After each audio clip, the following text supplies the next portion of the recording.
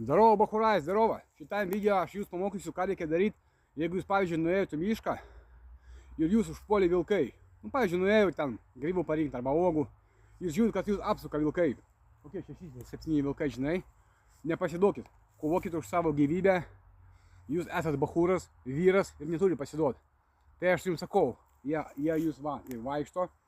Jūs taip stovit, rankas, jie puola ant jūsų, o jūs žuk, žuk, žuk, žuk, žuk. Dar kartą žuk, žuk, žuk, žuk, žuk. Vilkai iš šonų slekia, žinai.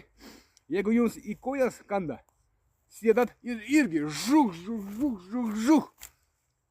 Matot, dar biški vienas gyvas. Paimat va pagalį ir su pagalį per galvą ją. Bam, bam, bam. Viskas.